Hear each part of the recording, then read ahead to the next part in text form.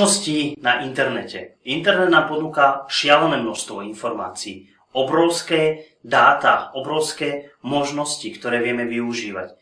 Nezameriavajme sa na všetky, ktoré sú na internete, pretože by sme museli tráviť 24 hodín denne len na internete a kedy by sme sa venovali svojmu podnikaniu.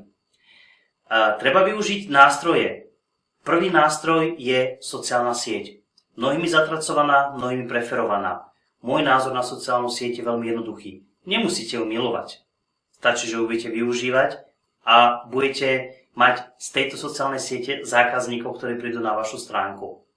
Sú tu možnosti platené reklamy, neplatené reklamy, dávania postov, statusov, veci, s ktorými sa chcete podeliť so svojimi potenciálnymi klientmi. Možnosť pridávať videá, obrázky a x ďalších možností, o ktorých v tomto videu rozprávať nechcem, pretože by sme ho natiahli na minimálne pol hodinu. Ďalšou možnosťou na internete sú PPC reklamy a remarketing. Vynikajúce nástroje. Vy, keď sa zamyslíte nad tým, kde idete, keď potrebujete službu alebo tovar. Idete na zlaté stránky? Nie.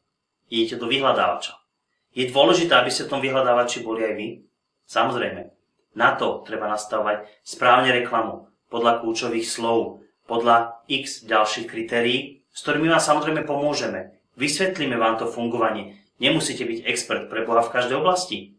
Stačí, že budete mať popri sebe partnera, ktorý vám pomôže s tým, s čím pomoc potrebujete.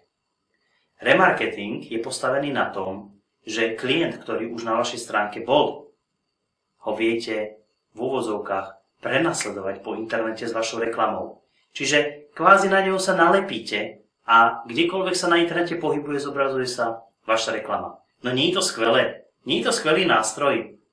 Pripomínate sa stále tomu človeku, aha, tu som bol na tejto stránke, niečo som chcel kúpiť, ale niečo mu do toho prišlo a vy sa vám pripomínate. Vo väčšine prípadov tento človek sa na stránku opäť preklikne a v konečnom dôsledku nakúpi.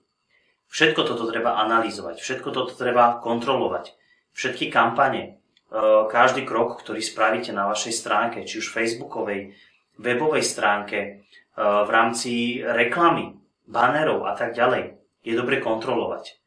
Pretože viete výsledok tej danej kampane, viete si ju vyhodnotiť, viete si ju zanalyzovať a navrhnúť riešenia ďalších.